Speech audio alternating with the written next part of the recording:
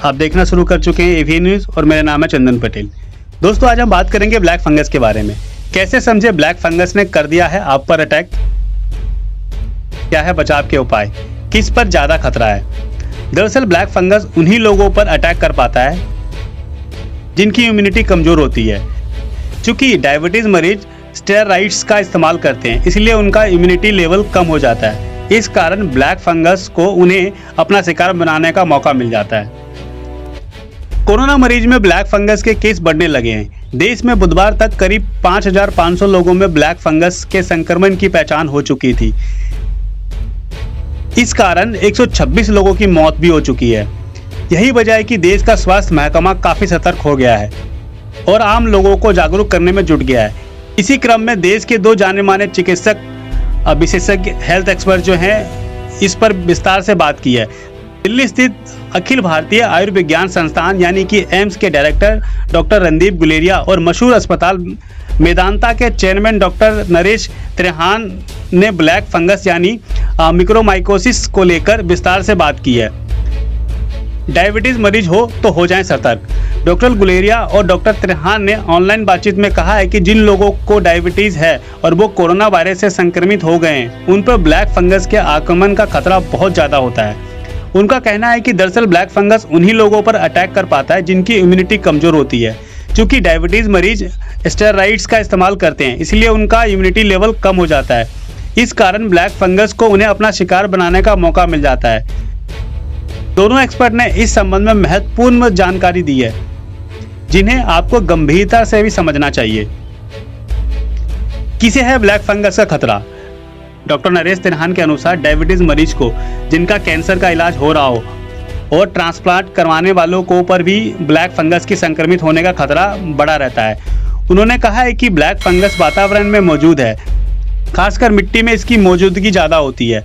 यह स्वस्थ और मजबूत इम्यूनिटी वाले लोगों पर यह अटैक नहीं कर पाता है। डॉक्टर गुलेरिया ने भी ब्लैक फंगस के प्रति सतर्क करते हुए कहा है कि जिन मरीजों को शुरुआत में ही स्टेरॉइड्स दिए गए हैं, उनमें ब्लैक फंगस का संक्रमण हो सकता है। स्टेरॉइड की बहुत ज़्यादा डोज दिए जाने पर भी मरीजों को ब्लैक फंगस होने का खतरा बढ़ जाता है। ऐसे लोगों के खून में मिठास की मात्रा बढ़ जाती है, जो हाई ब्लड शुगर के रूप में सामने आता है। अगर लंबे वक्त तक स्टेरॉइड्स दिए जाए तो भी लोग ब्लैक फंगस की चपेट में आ सकते हैं। उन्होंने कहा है कुछ दवाइयां भी बहुत सावधानी से देनी चाहिए, ताकि वे फंगल इन्फेक्शन का कारण बन सकती है, क्योंकि ये दवाइयां इम्यूनिटी सिस्टम को कमजोर करती हैं। वहीं डॉक्टर नरेश त्रेहान ने बिना डॉक्टरी सलाह के स्टेरॉइड लेना खतरनाक हो सकता है। उन्होंने कहा है कि स्टेरॉइड बिल्कुल उचित मात्रा में लें और कम से कम समय तक लें, लेकिन ब्लड शुगर कंट्रोल में नहीं होता है तो डॉक्टर के बिना पूछे स्टेरॉइड नहीं छोड़नी चाहिए। रोकथाम के उपाय। डॉक्टर त्रेहान ने कहा है कि हम इस बीमारी को जितना जल्दी पहचानेंगे, उसका इलाज उतना ही सफल होगा। डॉक्टर गुलेरिया ने कहा है कि ब्लैक फंगस की रोकथाम के लिए 3 महत्वपूर्ण चीजों पर ध्यान देना होगा। पहला, शुगर कंट्रोल बहुत अच्छा होना चाहिए। दूसरा, हमें स्टेरॉइड कब देना है, इसके लिए सावधान रहना चाहिए। और तीसरा, स्टेरॉइड की हल्की या मध्यम डोज देनी चाहिए।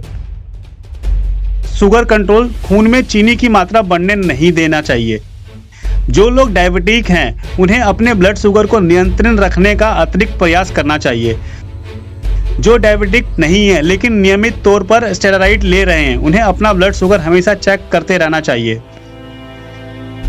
स्टेरॉइड गाइडलाइन का सख्त पालन करना चाहिए। हमने स्टेरॉइड देने का लेकर गाइडलाइन जारी किया है, इसके मुताबिक स्टेरॉइड दिया जाना चाहिए। स्टेरॉइड के बेजा इस्तेमाल से परहेज करना चाहिए। स्टेरॉइड देने से बचें। अगर जरूरत पड़े तो कम डोज दें, ना कि बहुत ज़्यादा। इस तरह की दूसरी दवाइयां भी तभी दी जाए जब जरूरत हो। कैसे समझे कि ब्लैक फंगस ने अटैक कर दिया है? अगर आपको नाक में दिक्कत महसूस हो रहा हो, अगर आपको सिरदर्द हो रहा हो, चेहरे के एक हिस्से में दर्द महसूस हो या वो सूज जाए, चेहरा सुन्न पड़ जाए, चेहरे का रंग बदल रहा हो, पलकें सूजने लगी हो, दांत हिलने लगे हो, अगर ब्लैक फंगस ने आपके फेफड़ों पर आक्रमण कर दिया तो ये लक्षण दिखेंगे: बुखार, सांस लेने में दिक्कत, कफ,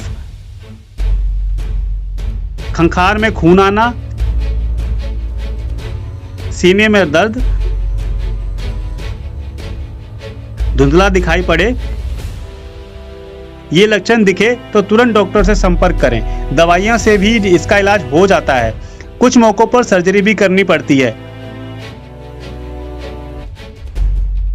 इसलिए अगर आपको डायबिटीज है और कोरोना से संक्रमित हो जाए, अपना ब्लड शुगर नियमित तौर पर चेक करते रहें और शुगर की दवाइयां बिल्कुल संभल कर लें। कितना खतरनाक है और क्या इलाज है? डॉक्टर तिरहान ने कहा है, यह नाक या मुंह के जरिए शरीर में प्रवेश करता है। दूसरे चरण में यह आंख से प्रभावित करता है और तीसरे चरण में यह दिमाग पर अटैक करता है। 4 से 6 हफ्ते तक दवाइयां लेनी पड़ती है। गंभीर मामलों में 3-3 महीने तक इलाज चलता है। ये सब अफवाह हैं, ना दें ध्यान। कुछ कच्चा खाना यानी कि रॉ फूड्स जो हम खाते हैं उससे फंगल इन्फेक्शन हो रहा है। जहां तक लाए गए सिलेंडर से कोरोना मरीज को ऑक्सीजन सपोर्ट देने के कारण किसी खास स्थान पर हो रहा है। हकीकत यह है कि होम आइसोलेशन में रह रहा कोरोना मरीज में फंगल इन्फेक्शन देखा जा रहा है। ये सब अफवाहें हैं।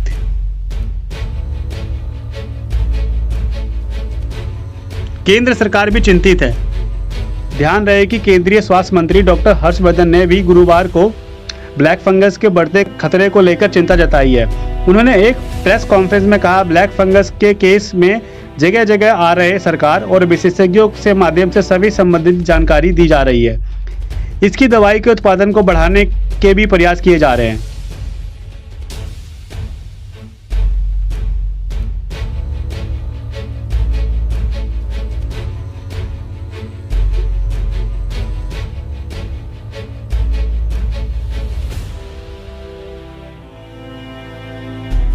बने रहिए एवी न्यूज के साथ में। अगर आपने चैनल सब्सक्राइब नहीं किया है तो चैनल को सब्सक्राइब करें, वीडियो को लाइक करें, शेयर करें, कमेंट करें और बेल आइकन जरूर दबाएं। जो भी नया न्यूज आए सबसे पहले आप तक पहुंचे। बहुत बहुत शुक्रिया दोस्तों। जय हिंद, जय भारत।